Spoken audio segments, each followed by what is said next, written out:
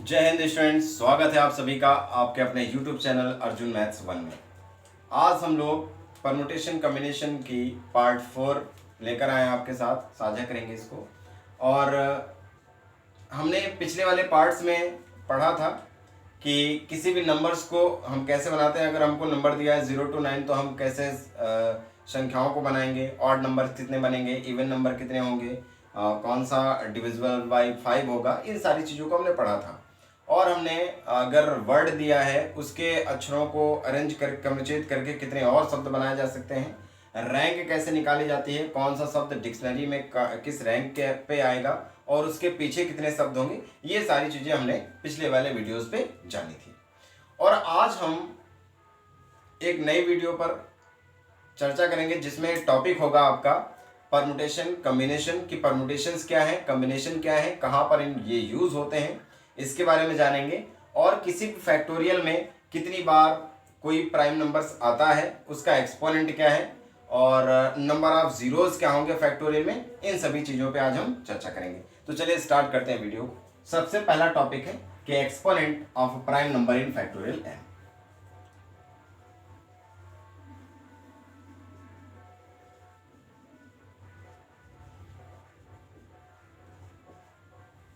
अब मान लीजिए कोई फैक्टोरियल n है, कोई नंबर्स होगा n, ठीक है। इस n में, इस फैक्टोरियल n में ये प्राइम नंबर p है। p क्या है? प्राइम नंबर है। कह रहा है p का एक्सपोनेंट बताइए, मतलब p की घात बताइए, p कितनी बार आया इस फैक्टोरियल n में। एक्सपोनेंट का मतलब होता है घात, और घात का मतलब अगर p की पावर 3 है, इसका मतलब आप कहेंगे कि जो फैक्टोरियल n है इसमें p 3 बार आया। अगर p की घात 4 हुई तो आप कहेंगे फैक्टोरियल n में p की घात 4, मतलब फैक्टोरियल n में जो है p 4 बार आया। जितनी घात होती है, जितना एक्सपोनेंट आता है, उतने टाइम्स ये उसमें आया हुआ होता है, ठीक। तो एग्जांपल हम आपको देते हैं, जैसे हम आपसे कहते हैं कि फैक्टोरियल 5 में बताइए, फैक्टोरियल 5 में 2 का प्राइम एक्सपोनेंट बताओ। फैक्टोरियल 5 में 2 का एक्सपोनेंट, तो आप इसके लिए पहले फार्मूला लिख लीजिए। देखिए, n upon P plus n upon P square plus n upon P cube plus dot dot dot up to. और यहाँ पर जहाँ पर n की वैल्यू या तो p की पावर k से ज़्यादा होगी और या उसके बराबर होगी, लेकिन p की पावर k प्लस 1 से कम होगी हमेशा, ठीक। ये बातें अभी आपको समझ नहीं आई, जब हम इधर प्रसार करेंगे तो आपको बातें समझ में आएंगी। और इसे कहते हैं greatest integer function, GIF, greatest integer function. Hindi में कहते हैं महत्तम पूर्णांक फलन, ठीक है। चलिए, अब क्वेश्चन है कि find the exponent of 2 in factorial n।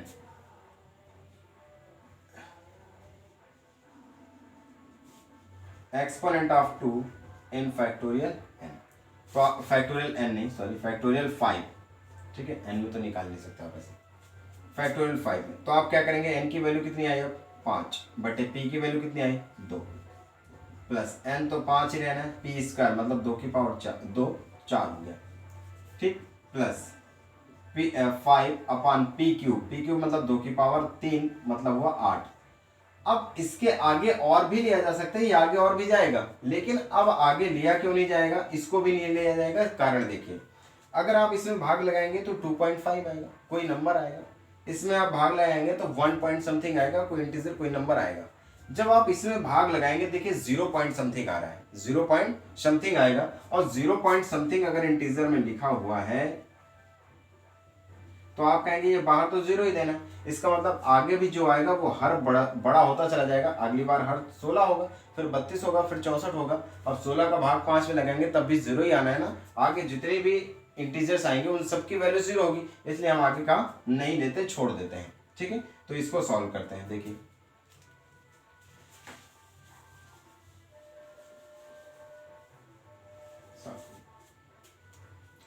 तो ये क्या आएगा 2.5, ये कितना आएगा 1 पॉइंट, 4 के 4 कितना बचा, 1 बचा 4 दूनी 8, 1.2। यहाँ से इंटीजर्स कितना आएगा 2 और प्लस का 1, इट मीन्स 3। एक्सपोनेंट ऑफ 2 कितना आया 3 आया। मतलब अगर हम फैक्टोरियल 5 का प्रसार करें तो उसमें 2 कितनी बार आना चाहिए, 3 बार आना चाहिए। जरा देखिए एग्जाम्पल, इसी को प्रसार कर लेते तो आप लिखेंगे 5 × 4, और 4 को आप लिख सकते हैं 2 की पावर 2, है ना, इंटू 3 इंटू 2 इंटू 1। तब आप देख रहे हैं एक बार यहाँ, दो बार यहाँ, टोटल कितने बार आया, 3 बार आया। तो आपने कहा कि फैक्टोरियल 5 में एक्सपोनेंट ऑफ 2 कितना होगा, 3 होगा। फैक्टोरियल 5 में एक्सपोनेंट ऑफ 2 कितना होगा, 3 होगा। ठीक है, चलिए इस तरीके हम निकालते हैं एक्सपोनेंट।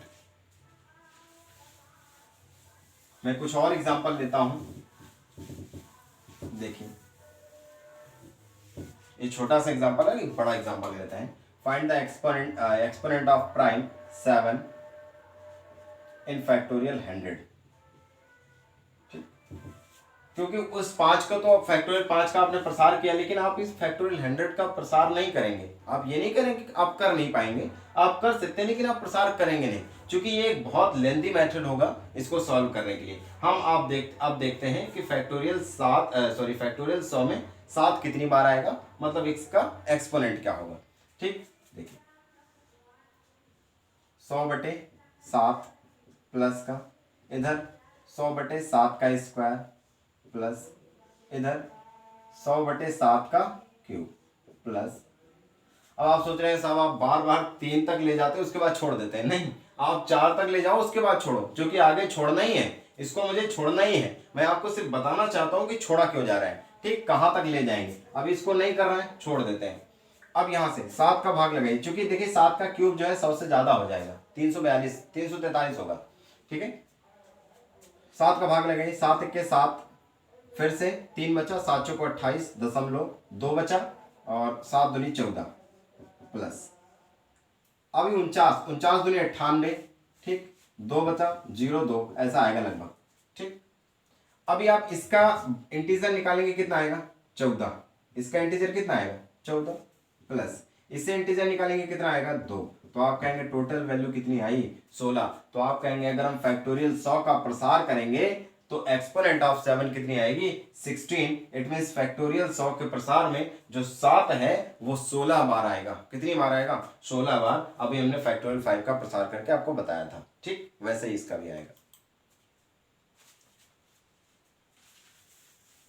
आप कुछ और एग्जांपल्स ले लेते हैं, जैसे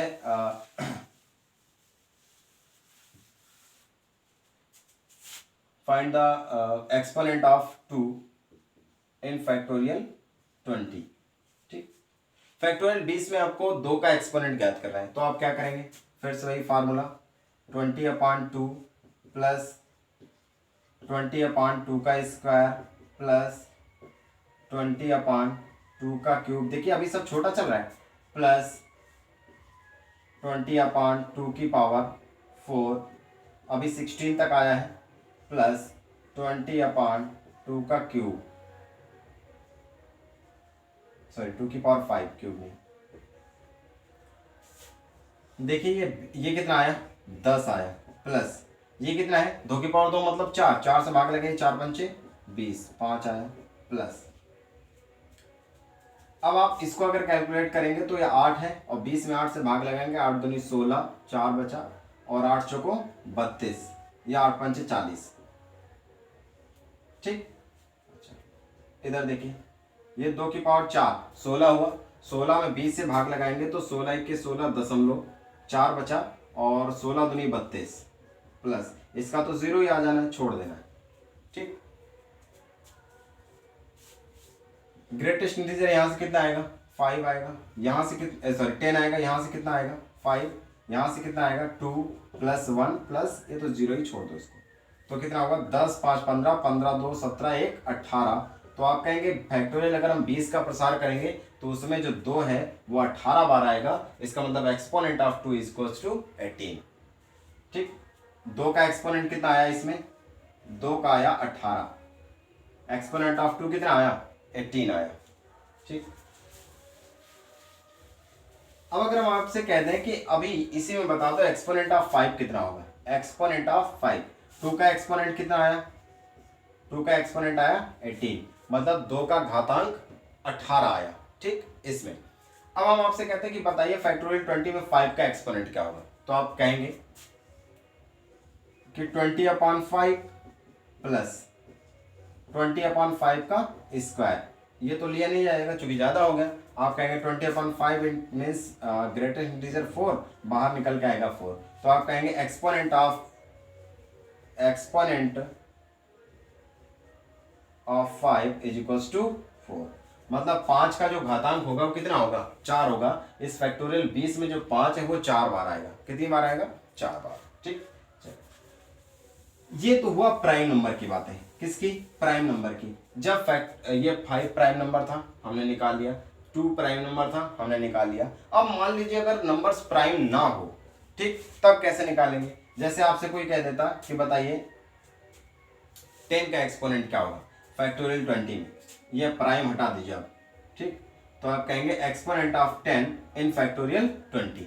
तो अब इस तरीके के सवाल को सॉल्व करने के लिए जब भी हमको इस तरीके दे दे तो आप पहले काम होगा इसका फैक्टर करना। तो आप 10 का फैक्टर करिए। 10 का फैक्टर क्या आएगा, 2 इंटू 5। अब हम ये देखेंगे कि 5 में कितना एक्सपोनेंट है और 2 में कितना एक्सपोनेंट है, और दोनों के सेम वाले एक्सपोनेंट लेके कैलकुलेट कर देंगे तो 10 का एक्सपोनेंट आ जाएगा। ठीक, देखिए एग्जांपल पे 20 बटे, अभी 2 का, अच्छा ये निकालने की जरूरत नहीं है। अब इसमें फैक्टोरियल 20 में हम 2 का एक्सपोनेंट निकालेंगे और 5 का एक्सपोनेंट निकालेंगे, उसके आधार पर बताएंगे। तो फैक्टोरियल 20 में 2 का एक्सपोनेंट कितना आया, 18 आया, तो आप कहेंगे 2 की घात 18 आई होगी। और एक्सपोनेंट ऑफ 5 कितना आया, 4 आया, तो 2 की घात 5 की घात कितनी आई होगी, 4। तो आप क्या लिख सकते हैं इसको, जरा देखिए, इसको आप लिख सकते हैं 2 की घात 14 गुणे 2 की घात 4, 14 4 18 हुआ। आप इन दोनों को कैलकुलेट कर देंगे तो 10 की पावर कितना आएगा, 4। तो आप कहेंगे अगर हम फैक्टोरियल 20 का एक्सपेंशन करें तो 10 की पावर कितनी आएगी, 4। मतलब एक्सपोनेंट ऑफ 10 कितना आएगा, exponent of 10 is equals to 4। मतलब 4 का जो एक्सपोनेंट होगा, सॉरी 10 का एक्सपोनेंट क्या होगा, 4 होगा। ठीक,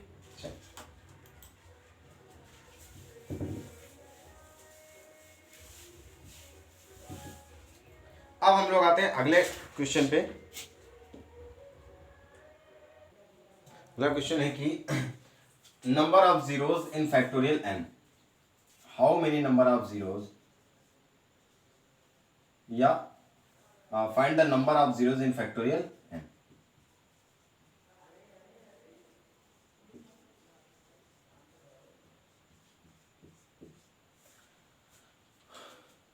प्रश्न है कि फैक्टोरियल n मतलब कोई भी नंबर होगा, फैक्टोरियल 2 3 4 5, इसके प्रसार में बताइए कि कितने जीरो आएंगे लास्ट में।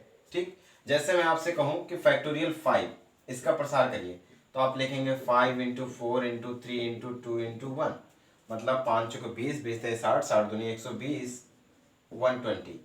अब आप देख रहे हैं इसके प्रसार में कितना आया, एक जीरो आया। ठीक, तो सबसे पहला क्वेश्चन हम यही लेते हैं, factorial 5, find the number of zeros in factorial 5। ठीक, तो फैक्टोरियल 5, अब किसी भी, अच्छा इसकी परिभाषा सुन लीजिए, अगर हम फैक्टोरियल किसी भी फैक्टोरियल n में नंबर ऑफ जीरोस ज्ञात करते हैं तो हमको 10 का एक्सपोनेंट जितना होता है उतने ही नंबर ऑफ जीरो होते हैं। मतलब जितनी घातें होती हैं 10 की उतने ही नंबर ऑफ जीरो होते हैं। अब हम यहाँ पर फैक्टोरियल 5 में क्या देखेंगे कि फैक्टोरियल 5 में 10 की कितनी घातें होंगी। अगर 10 की घात 1 आई तो एक जीरो होता ही है, अगर 10 की घात 2 आई इसका मतलब 2 जीरो होंगे, 10 की घात 3 आई इसका मतलब 3 जीरो होंगे, 10 घात 4 आई इसका मतलब 4 जीरो होंगे। वो आगे बात आप समझ गए। ठीक, कि जितना भी फैक्टोरियल n के प्रसार में जितने ही 10 के एक्सपोनेंट होंगे उतने ही नंबर ऑफ जीरोज होंगे फैक्टोरियल में। ठीक, तो हम पहला क्वेश्चन करते हैं फैक्टोरियल 5 में। चलिए फैक्टोरियल 5 में आप क्या देखेंगे, 10 का exponent, exponent of 10 in factorial 5, exponent of 10 in factorial 5। अब 10 का एक्सपोनेंट देखने के लिए आप देखेंगे 2 का एक्सपोनेंट और 5 का एक्सपोनेंट। ठीक, क्योंकि हमने कहा था अभी, आप पिछले वाले क्वेश्चन में देखे हैं कि 2 का एक्सपोनेंट और 5 का एक्सपोनेंट निकालते हैं, उसके बाद हमको पता चलता है कि 10 का एक्सपोनेंट क्या होगा। तो हम फैक्टोरियल 5 में 2 का एक्सपोनेंट निकालते हैं। आप क्या निकालेंगे, 2 का एक्सपोनेंट, 2 का एक्सपोनेंट, तो फैक्टोरियल 5 में 2 का एक्सपोनेंट 5/2 इंटीजर प्लस का 5/4 इंटीजर रहेगा प्लस का 5/8। तो यह 5/8 तो लिया नहीं जाएगा क्योंकि जीरो ही हो जाना है। इसमें कितना आएगा, ये आएगा 2.5 प्लस इधर कितना आएगा 1 पॉइंट, ठीक ये आएगा 2 प्लस का 1, इट मीन्स आया 3। तो 2 का एक्सपोनेंट कितना आया? 3 आया, तो यहाँ हम लिख लेते हैं 3। ठीक है, चलिए अब हम देखते हैं इसी में 5 का एक्सपोनेंट। किसका एक्सपोनेंट? 5 का एक्सपोनेंट। 5 का एक्सपोनेंट तो 5/5 प्लस 5/5 का स्क्वायर। ये ज्यादा हो गया, नहीं लिया जा सकता है। कितना आया? 1 आया। तो आप कहेंगे 5 का एक्सपोनेंट कितना हो? 1। अब 10 का एक्सपोनेंट निकालने के लिए हमको 5 की पावर 1 है, तो इधर 2 की पावर 1 भी ले लो। तो आप क्या लिखेंगे इसको? 2 की पावर 2 इंटू 2 की पावर 1। आप कहेंगे ये मिलके बन गया 10 की पावर 1। तो आपने कहा कि जो फैक्टोरियल 5 में एक्सपोनेंट ऑफ 10 है वो कितना है? 1 है। इसलिए नंबर ऑफ जीरोस कितने होंगे? नंबर ऑफ जीरोस होंगे 1। कितने होंगे? 1। अभी आपने इसका प्रसार किया था और देखा था कि 120 आया था। इसका मतलब नंबर ऑफ जीरोस कितने आए? 1 आए। ठीक है, एक एग्जांपल और कर लेते हैं, फिर आगे चलते हैं कि परम्यूटेशन और कॉम्बिनेशन क्या है।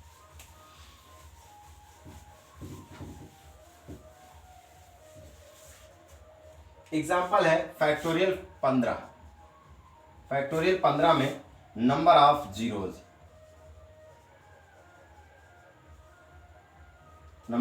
जीरोस, तो सबसे पहले हम क्या देखेंगे? फैक्टोरियल 15 में 10 का एक्सपोनेंट, 10 का, या एक्सपोनेंट ऑफ 10 या 10 का एक्सपोनेंट।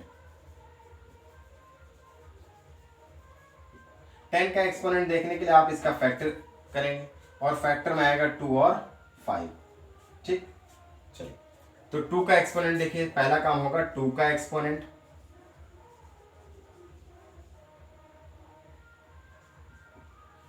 इधर लिख लेते हैं इसको 10 2 5।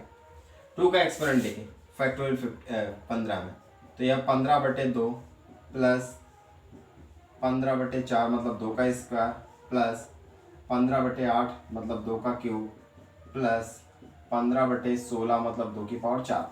15/16 ज़्यादा हो गया 15 से, नहीं कर सकते हैं। अभी कितना आएगा? 7.5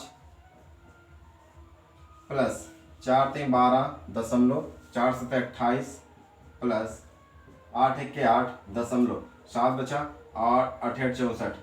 ठीक, यहाँ से कितना बाहर आएगा?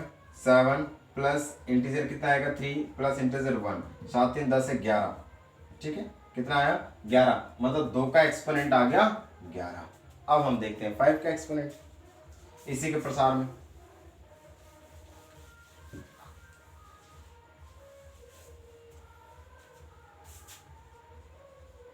फाइव का एक्सपोनेंट तो आप क्या लिखेंगे? 15/5 प्लस 15/25। 25 15 से ज़्यादा हो गया, इसका मतलब ये नहीं लिया जाएगा। अब क्या होगा? 5 से डिवाइड करेंगे, 5 का डिवाइड करेंगे 3 आएगा। इंटीजर कितना आ जाएगा? 3। यहाँ एक्सपोनेंट ऑफ 5 कितना आया? 3 आया। एक्सपोनेंट ऑफ 5 कितना आया? 3। अब हमको निकालना है एक्सपोनेंट ऑफ 10। तो आप कहेंगे इधर जो 2 की पावर 11 लिखा हुआ है, आप इसको लिख दीजिए 2 की पावर 8 गुणे 2 की पावर 3 और इनको एक साथ ले लीजिए। तो आप कहेंगे exponent of 10 is equals to कितना आया? 3। देखिए यहाँ कितना आएगा, इसको अगर आप कैलकुलेट करेंगे तो 5 दूनी 10, 10 की पावर 3 तो आएगा। तो एक्सपोनेंट ऑफ कितना आया? 10, 3 आया। तो नंबर ऑफ जीरोस क्या होंगे? Number of zeros in factorial 15 is equals to 3। Factorial 15 में नंबर ऑफ जीरोस कितने आएंगे? 3 आएंगे, क्योंकि एक्सपोनेंट ऑफ 10 कितना आया? 3। तो जितना एक्सपोनेंट ऑफ 10 होगा उतने ही जीरो होंगे फैक्टोरियल में। ठीक है, चलिए अब हम बात करते हैं परमुटेशन की। यहां तक की सारी बातें क्लियर हुई। एक्सपोनेंट कैसे निकालते हैं, किसी भी फैक्टोरियल में नंबर ऑफ जीरोस कितने होंगे ये हमने जाने। इसका प्रैक्टिस सेशन चलेगा, तो जो चीजें छूट गई हैं मैं आपको प्रैक्टिस सेशन में बता दूंगा। ठीक, आगे चलिए।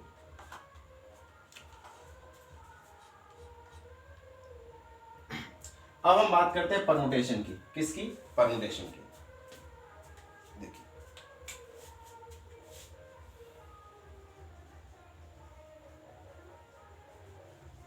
परमुटेशन अपने आप में 2 वे प्रोसेस होता है। 2 वे प्रोसेस का मतलब होता है परमुटेशन, पहला काम होता है सिलेक्शन,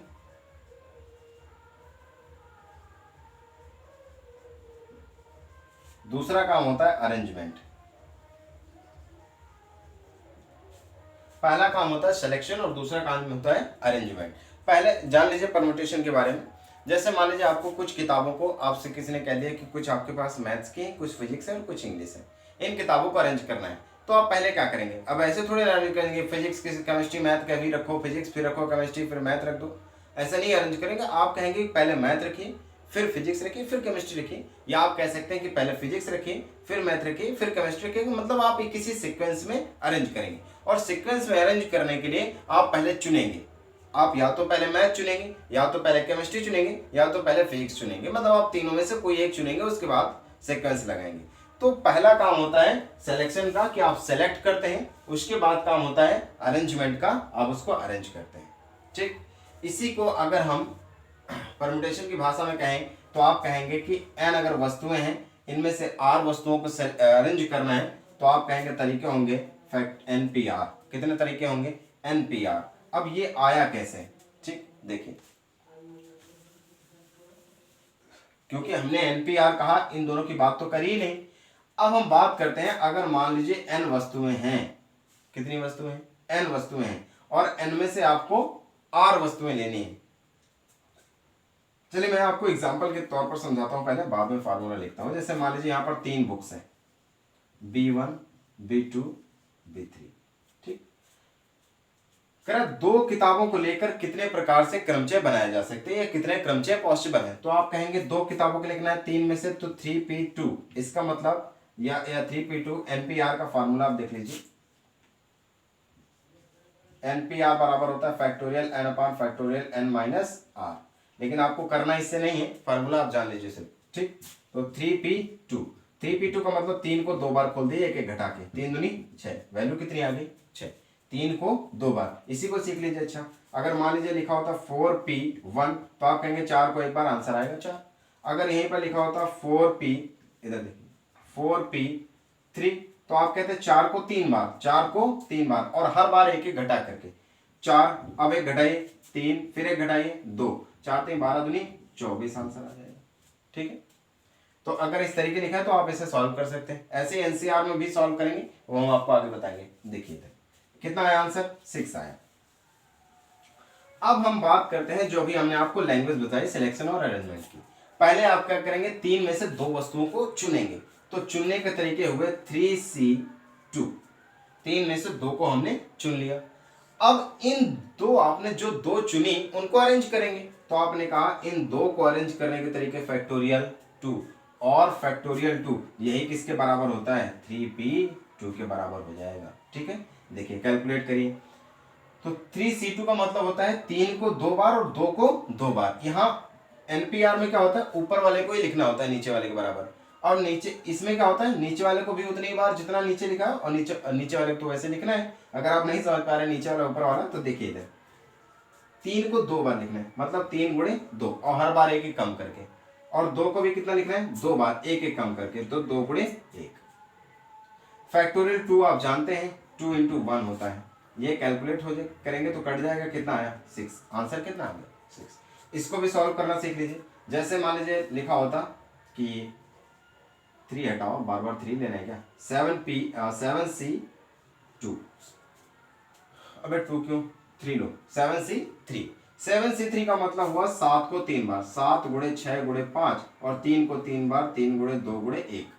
हर बार देखो एक एक घटाया हमने, पहले 7 लिखा, फिर एक घटाया 6, फिर एक घटाया 5, नीचे भी ऐसे 3 2 1।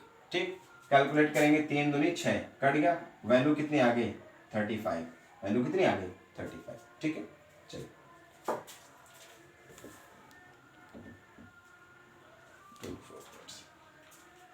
तो हम लोगों ने ये जान लिया कि इसको कैलकुलेट कैसे करते हैं। और 3p मतलब 3 वस्तुओं में से 2 वस्तुओं को चुन के कितने क्रमचय बनेंगे? तो आपने कहा 6।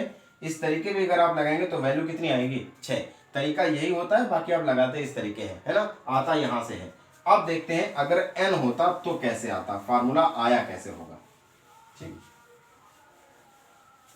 आपने कहा n वस्तुएं हैं, यहां पर n वस्तुएं, और n में से r वस्तुओं को लेना है। तो n में से r वस्तुओं को, पहले आपने कहा n वस्तुएं हैं, इनमें r वस्तुओं को लेकर के कितने क्रमचय बनाए जा सकते हैं या इनको कितने प्रकार से अरेंज किया जा सकता है। ठीक, तो आप कहेंगे n में से पहले तो r चुनना होगा, तो NCR हो गया। अब ये जो आर आई तो आप इसको अरेंज भी तो करेंगे, तो आप कहेंगे इसके तरीके हुए फैक्टोरियल आर। अब एनसीआर का फार्मूला होता है, एनसीआर का फार्मूला होता है factorial N upon factorial N minus R into factorial R, और इंटू फैक्टोरियल आर लिखा हुआ है, ये कट गया दोनों, क्या बचा N upon factorial N minus R, और ये फार्मूला होता है एनपीआर का, अभी हमने यहाँ पर लिखा था। ठीक, तो आप कहेंगे कि NCR into factorial R is equals to NPR होता है। ठीक है, चलिए अब हम थोड़े प्रॉपर्टीज जान लेते हैं इसकी, जैसे कि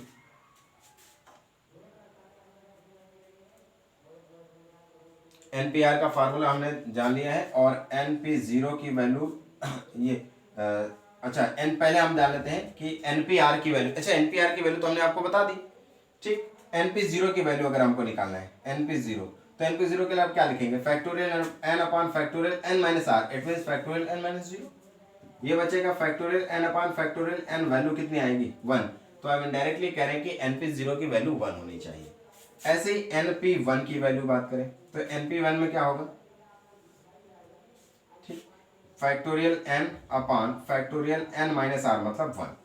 ठीक, अब ऊपर से आप एक कॉमन लेंगे, सॉरी एक कॉमन कह रहे हैं, ऊपर से आप एन को खींचिए तो अंदर क्या बचेगा एक कम, जैसे हम आपसे कहते हैं कि फैक्टोरियल 5 है, 5 निकाल लो, तो आप कहेंगे अंदर एक कम बचेगा, मतलब अंदर बचेगा 4, ऐसे निकलता चला जाता है। हमने आपको पिछले वीडियो में बता चुके, मैं आपको ये बता चुका हूं, अगर आपने नहीं देखा तो आप पिछले वीडियो को देख सकते हैं। ठीक है, चलिए आप कहेंगे अगर एक आप बाहर निकालेंगे तो अंदर एक कम बचेगा, तो आपने बाहर निकाला एन, अंदर बचेगा एन माइनस 1, एक कम हो गया। नीचे क्या लिखा हुआ फैक्टोरियल एन माइनस 1, दोनों कट गए, इसका मतलब वैल्यू आई एन, अगर एन पी 1 लिखा होता तो वैल्यू एन आती। ठीक है, चलिए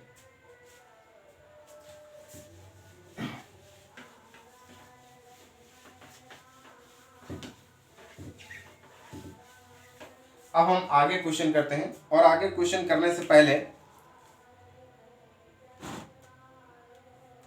चलिए अब आगे क्वेश्चन हम नेक्स्ट वीडियो में करेंगे। ठीक है, तब तक के लिए वॉच एंड सब्सक्राइब। जय हिंद, बाय बाय।